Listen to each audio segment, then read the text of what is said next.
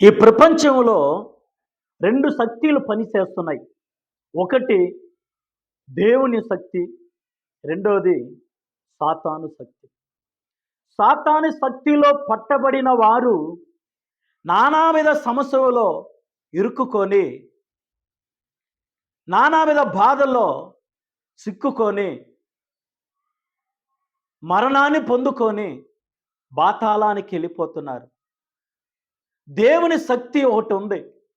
అది నిన్ను వెంటాడుతుంది. ఆ దేవుని శక్తిలో పట్టబడితే మన రక్షణను పొందుకుంటాం, ఆశీర్వాదం పొందుకుంటాం, పరలోక మార్గం తెలుసుకుంటాం. నిన్ను కలుగు చేసిన దేవుడు ఎవరని నువ్వు తెలుసుకుంటావు. ఒక వాక్యం చదువుకుందాం. 1 కొరింథీ 1 అధ్యాయం 18వ వాక్యం.